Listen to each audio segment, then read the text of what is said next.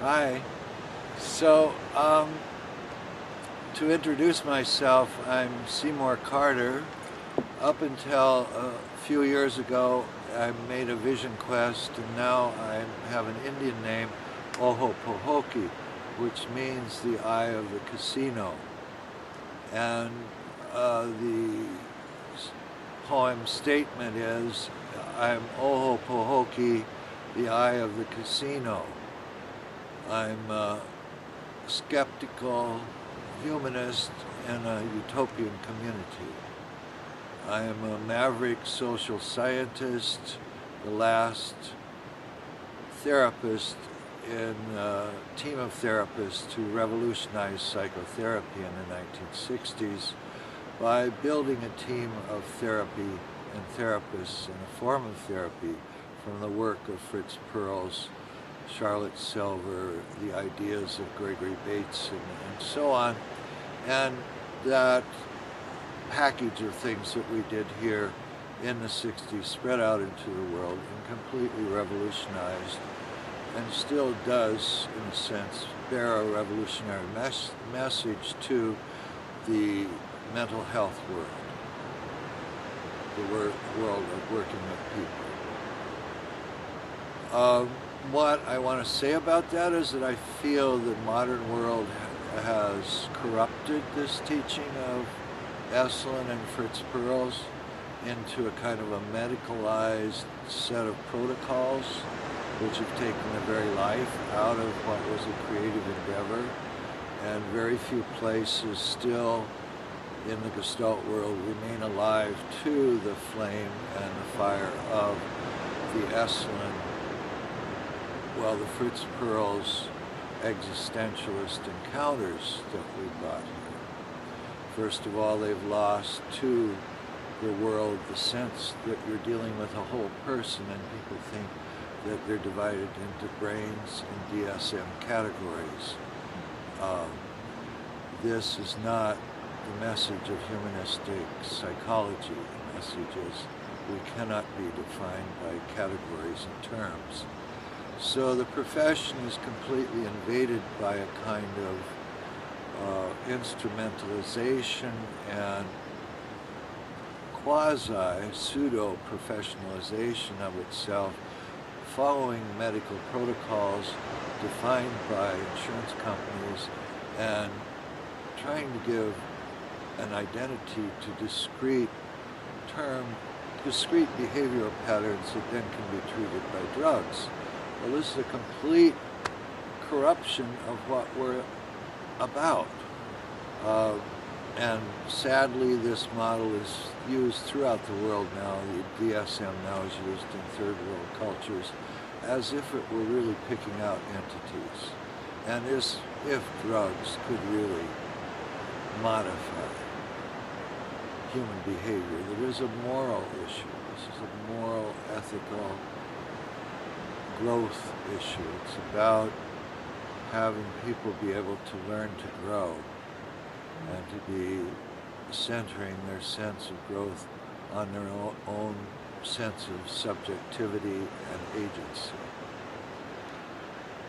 Yeah, I mean, I could go on and on, but essentially, to talk to the Gestalt group, I feel that what Fritz taught us here at his last years, the last 10 years, 6, 8 years of his life, was a form of Gestalt highly adapted to using dramatic techniques, working with the chair, working with the person's expression in the moment, using immediacy, aspects of the work, anchoring the person and yourself in the here and now, and how one goes about that as the prime canon of Gestalt work has been very lost, and lost into some kind of swarm of Fritz would call labeling, naming, fitting games about this person is this and this person is that. Where is the heart of Gestalt, of teaching people to creatively create their lives instead of cluttering up their minds with false categories? And the way I go about working is to continue Fritz Perls' work and continue this sense of the embodiment of the person in the here and now, and examining here and now expressions in body language. Is that done anymore? Do people ask, what are you feeling anymore? Do people always ask questions in the transferential zones, which are useful? But also, a person, as Fritz said, being stuck in the transferential leaves out the person's world. And what Fritz taught us was that all the objects of the person's mentality, all of the self objects, are part of their world. The people in their world are part of the drama in their head. And that's what we're doing in the Fritz Perls style of Gestalt, is unpacking the person's inner psychodrama and have them dramatize it in chair work and dramatize it with coaching. Fritz's style of work was highly a coaching theater director form, giving people lines, giving people voices, having them experiment with their discrete,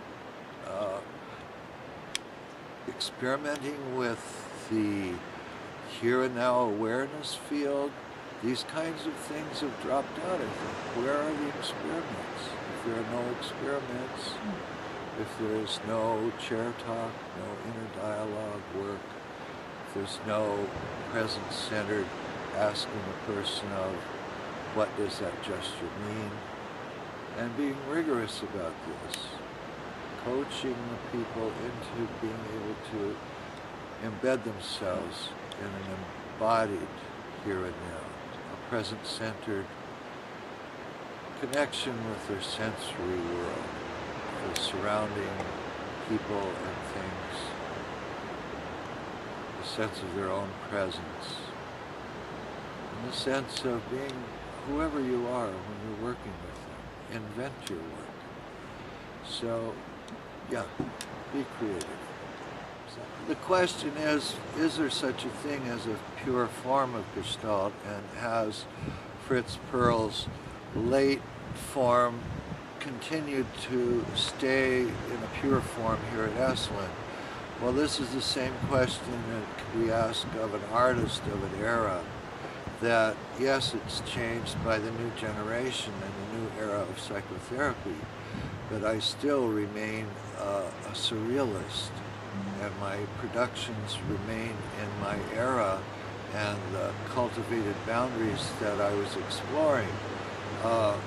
It's possible that the only, let's say, carriers of the late Fritz form are myself and people who worked with him in his late years, and very much an expressionistic, expressive form of coaching people to find their, let's say, avoided voices, avoided sense of presence, avoided agencies. And that took a kind of a sport coaching, drama coaching form with Fritz. He'd say, do this, do that, rather than waiting in the Rogerian style for them to initiate. And I still keep that. I sometimes lead, sometimes follow. It's all up to the situation. So this whole notion of pure and peripheral is not something I'm wanting to promote.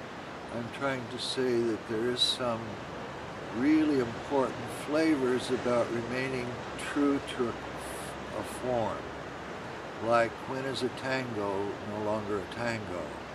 And I guess my charge is that I believe Gestalt in the world at large, 90% of it, is no longer a tango, doing Gestalt work, a tango with the here and now. It's turned into a tango with texts and heavily text-driven ideas about the nature of the immediate exchange between people. There's not enough room for the creative spirit of Fritz's work in in the kind of protocols people are forced to engage in to be a therapist in today's world, to be a licensed therapist. It's corrupted our whole system of teaching. So in a way, I'm kind of a artist in exile. I remain true to the surrealism of my day, and I'm very successful. I feel I'm reaching a skill set that only comes to us at 40 years of working at this. I'm at the top of my game, really. I feel I work with less effort, I work with more contentment, and the people have more energy and more life when I work with them. So I guess I could stop with that.